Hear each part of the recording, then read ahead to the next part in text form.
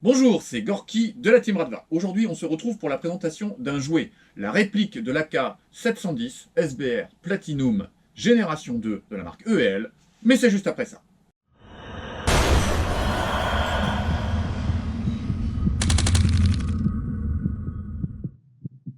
En introduction, je souhaiterais remercier Airsoft Entrepôt qui, une fois de plus, nous a fait confiance et honore son partenariat en nous envoyant cette réplique, à notre demande bien sûr, pour que nous en fassions la revue.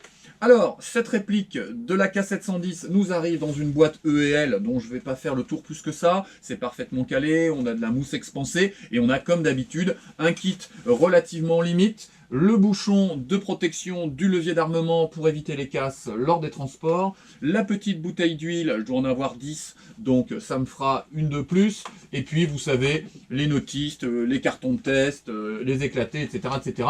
Et bien sûr, elle arrive, cette réplique, avec son chargeur acier type 762 par 39. Et puis, voilà, on a le beau petit bloc d'acier et d'aluminium dans les mains qui fait tout de suite un très bel effet. D'ailleurs, je ne comprends pas qu'elle continue à rester en stock chez Airsoft Entrepôt alors que la plupart des EL ont été achetés partout. Et je me suis dit, mais qu'est-ce qui peut déplaire aux gens? Qu'est-ce qu'il y a comme souci sur cette réplique? Et puis, j'avais une autre idée aussi. Vous savez que j'ai tendance à beaucoup parler et de manière très favorable des répliques courtes. Pourquoi je parle assez favorablement des répliques courtes? Et même si je rejoins mes collègues youtubeurs qui disent qu'en gros, eh bien, l'airsoft, c'est une question de plaisir et qu'il n'y a pas de physique pour une réplique. Il n'y a pas je suis tout petit et un petit peu ninja, je vais jouer sniper, et puis je suis hyper balèze à la Rambo, je vais jouer gunner. Non, il n'y a que, bien sûr, le plaisir et l'envie qui doivent diriger l'achat des répliques. Oui, mais pas que. Il faut savoir quelque chose, c'est que à un moment donné, quand on est dans un jeu, dans un village, et qu'on est obligé de se coller à un obstacle de protection pour fermer les angles des adversaires, si à un moment donné, pour sortir de l'obstacle, j'ai un SVD, je vais devoir me reculer par rapport à l'obstacle et avoir des mouvements d'engagement qui vont m'exposer et ouvrir les angles de tir par rapport à mes camarades. Le fait d'avoir aussi un optique qui va m'obliger de me lever plus haut au-dessus de l'obstacle, bien sûr, va me mettre en danger. Donc, pas d'optique, une réplique très courte, et ça permet d'engager très facilement en se cachant et en s'exposant le moins possible. Donc il y a quand même des capacités opérationnelles qui interagissent avec les gameplays, et il y a des répliques qui permettent pas non plus de faire certaines choses. On a l'habitude effectivement d'imaginer en troisième rideau les snipers et les gunners, au milieu on va dire les fusils d'assaut long ou les DMR, des choses comme ça, et puis en première ligne on va avoir les tanks avec les boucliers, les PA, les petits MP9, les MP7, et puis les petites Akasu, etc. Je pense que c'est intéressant quand même quand on développe un jeu de team, de ne pas faire n'importe quoi en fonction de ce que l'on emmène sur le terrain. Pourquoi j'ai choisi de présenter cette AK710 ? Eh bien, c'est du fait de sa modularité. On est sur une réplique, quand on la sort de la boîte, que l'on perçoit immédiatement dans sa dimension compacte, déjà bien customisée avec son garde-main Keymode et son retour de gaz picatinisé. Regardez comme c'est joli.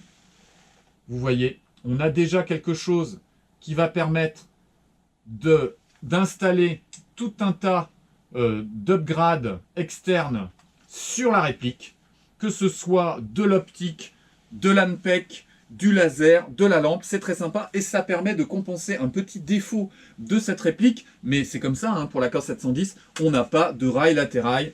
Vous voyez, pas de rail latéral là sur le côté.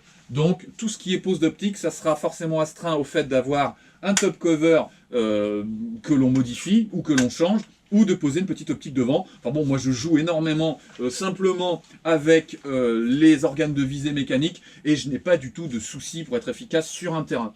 Quand on manipule cette réplique, là, on en parlera tout à l'heure sur les chiffres, mais on est entre 75 et 83 cm. Vous voyez là, entièrement replié. Là, j'ai la K74 SU classique à droite, hein, avec sa petite chambre à air au niveau de la crosse. On est, mais quasiment à la même cote. Donc là, rien de nouveau. Je suis dans les ambiances d'une AK74 SU. C'est très compact, c'est très agréable. Si effectivement j'ai besoin et j'aime moi avoir un petit peu d'espace et que j'ai une biométrie importante, je peux effectivement travailler avec la Cross M4 Et là, je vais pouvoir avoir plus d'amplitude et je serai même plus à l'aise avec une poignée dans une position comme celle-là, puisque l'ensemble est avancé. D'accord? Donc l'intérêt là, c'est qu'on a quelque chose de compact comme une AK-74 SU, mais qui peut s'adapter et se modulariser en fonction de la biométrie. Je trouve que c'est un véritable apport au niveau de cette réplique. Les organes de visée tombent très bien sous les yeux. Parfois avec les Cross M4, moi ça me pose souci, j'ai besoin d'avoir un appui-joue, c'est pas forcément évident. Là avec ma morphologie, c'est parfait, c'est super agréable et c'est EL, il n'y a rien à faire, on la prend en main. Ça sent la graisse à fusil. Voilà, c'est un petit détail pour ceux qui ont des EL. Il y a un petit côté comme ça, hyper sensuel, hyper particulier. C'est vraiment sympa. Alors le garde-main, on le voit pas bien à la caméra latérale là. Il a un effet mat qui tranche avec la finition bronze de l'ensemble de la réplique, qui est du plus bel effet. Moi, je trouve que ça tranche, c'est vraiment sympa. Et puis sinon, l'ambiance, bon, bah voilà, c'est américanisé. On a la Cross M4 à l'arrière. On a le frein de bouche de type M4 à l'avant. Faut aimer ce style de réplique. Je vous montrerai tout à l'heure. J'ai une réplique, j'ai une AK-710, moi, que j'ai entièrement paint-jobée. Donc c'était la première fois que je paint-jobais une réplique. Ceux qui sont un peu attentifs ont vu qu'elle était sur le côté gauche de mon mur. Enfin, la droite pour vous, la gauche de mon côté là. Et je vous la montrerai là tout à l'heure pour vous donner une idée de ce que ça peut donner à partir de cette base-là, pour ceux qui aiment les paint jobs. Alors, quelques chiffres maintenant. On est sur une AK qui vaut 279,90 €, c'est-à-dire 280 balles. On est en dessous de 300 €. Moi, je trouve que c'est un bon prix. 280 € pour une réplique full acier, une réplique de cette qualité avec un interne de ce niveau. Franchement, à un moment donné, c'est le prix. Hein, on veut pouvoir avoir le moins cher, le moins cher, le moins cher. Et vous savez à quel point je suis sensible au prix des répliques. Mais là 280 € pour l'ensemble de cette réplique, c'est vraiment le prix. Donc, on a quoi dessus? Le garde-main qui mode, le retour de gaz Picatinny. On a une attache sangle à l'avant ici. Là, ici. Voilà. Une attache sangle en acier. Super efficace. On a une gearbox QD. Super important. Un câblage argent. Le high torque EL que moi je préfère à l'ATM. C'est-à-dire quand je fais un upgrade, moi je passe sur de l'EL quand on en trouve plutôt que sur de l'ATM. C'est pour vous dire. Le bloc hop-up est en métal, on est sur un canon de 6,03. Le poids est à 3,5 kg. Voilà, on est sur un peu, voilà, on est aux alentours de ce qu'il peut y avoir sur une AK-74 SU de la même marque. Et la taille varie de 75 à 83, ça je vous l'ai montré. Ce que je regrette un peu, c'est que, comme souvent dans ce genre de réplique, eh bien, contrairement à Arcturus qui a le souci de donner une réplique opérationnelle, si on a une attache QD à l'arrière ici, eh bien, l'attache en elle-même n'est pas fournie, il va falloir la racheter. Donc en gros, quand vous sortez la réplique de boîte, eh bien, vous n'avez pas de batterie, vous n'avez pas de chargeur de batterie, vous n'avez pas de tige de débourrage, vous n'avez qu'un mid-cap. Donc comme c'est un mid-cap, je vous mettrai là sur le volume de billes qu'il contient, mais on est sur un 100 et des billes, quoi. Eh bien, vous pouvez pas y aller, hein. C'est pas du tout un starter kit. Ça c'est pas forcément super.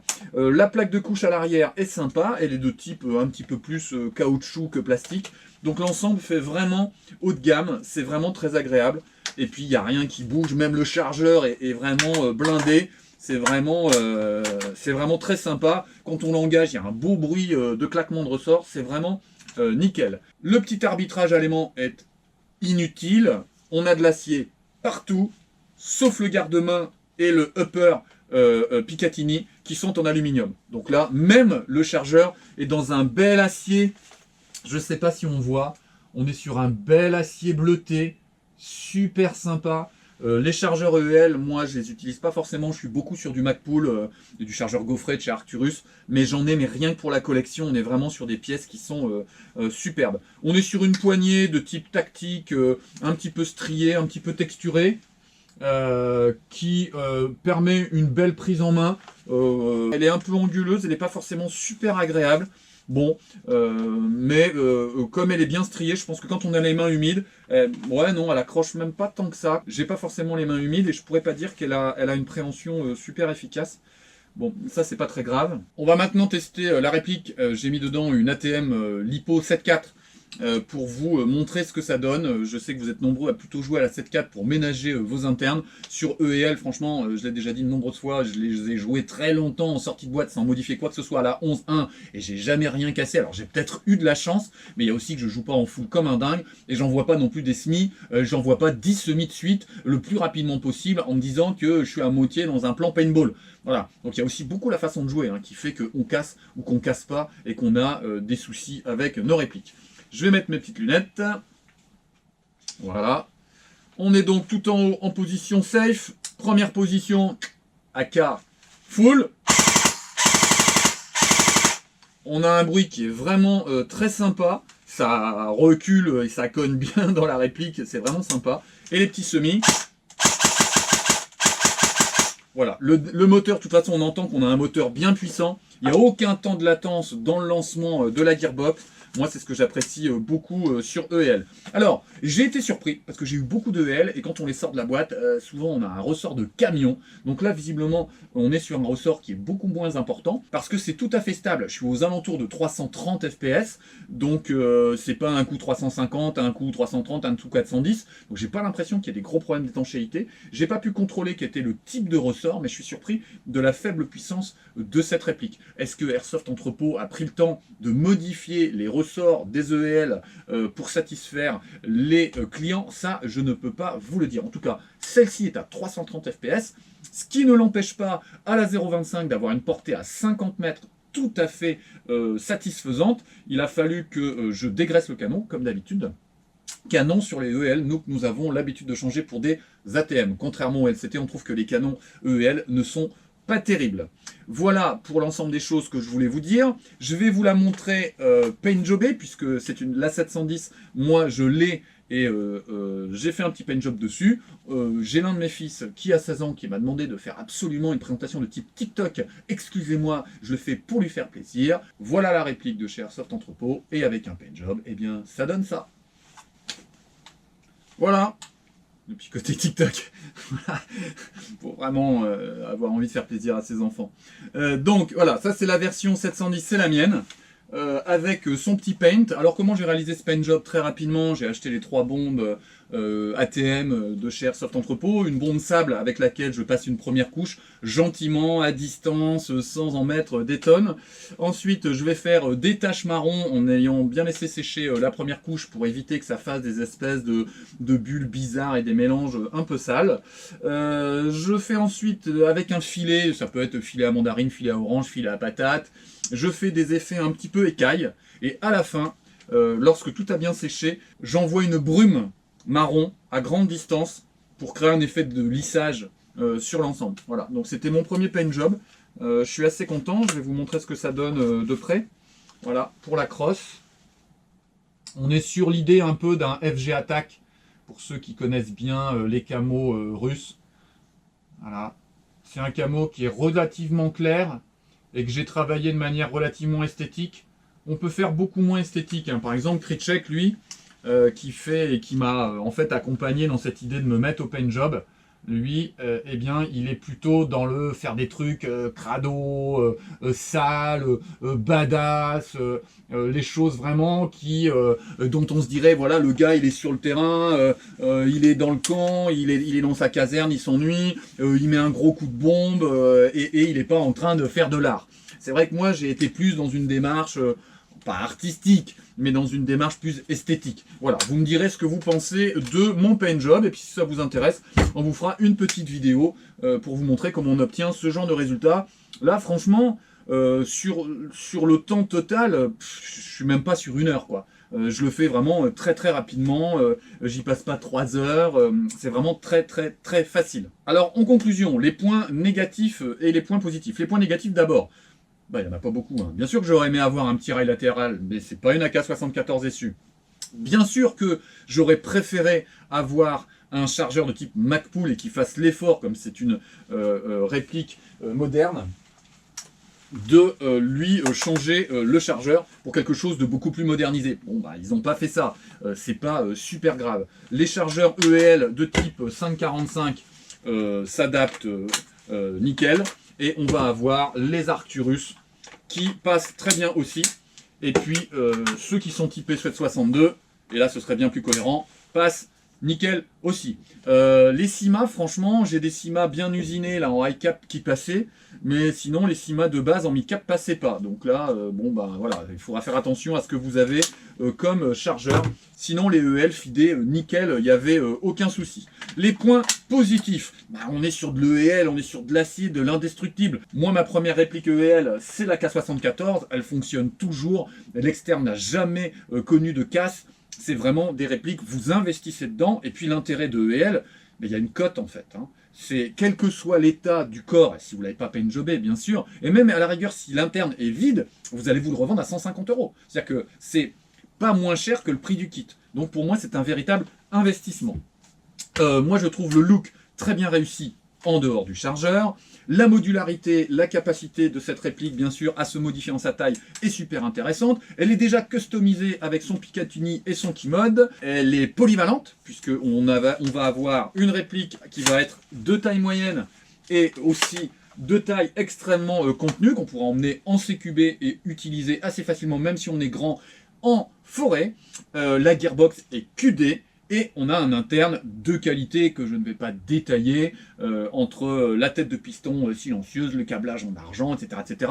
Il y a plein de petites choses, vous pourrez aller regarder dans le descriptif de la fiche commerciale du site d'Airsoft Entrepôt. On est sur une belle réplique. C'est une réplique que j'aurais gardée très facilement si je ne l'avais pas déjà sur mon mur. On arrive à la fin de cette revue, j'espère que ça vous a plu. Je compte sur vos commentaires, c'est toujours aussi agréable et bienveillant. J'adore l'ambiance qu'il peut y avoir sur les commentaires de la chaîne YouTube. On se retrouve, voilà, moi il y en a certains et la plupart d'entre vous que je n'ai jamais croisé sur les terrains, mais on a l'habitude de discuter, bah, c'est comme si je vous connaissais. C'est ça une communauté, je trouve ça vachement sympa. Pensez à ne pas être juste dans la consommation. Abonnez-vous, c'est important. Vous avez remarqué que c'est une chaîne qui n'est pas monétisée, donc vous ne participez pas à une espèce d'activité commerciale. On est dans un fonctionnement loi 1901 totalement désintéressé, mais plus on est nombreux, je l'ai déjà dit une bonne 60aine de fois, et plus c'est facile pour moi d'emprunter, de négocier des partenariats et de vous faire part de mes différentes activités sans me ruiner. D'accord ? Bien, prenez soin de vous et de vos proches. J'espère qu'on se retrouve bientôt sur les terrains. Et à très bientôt. Allez, au revoir.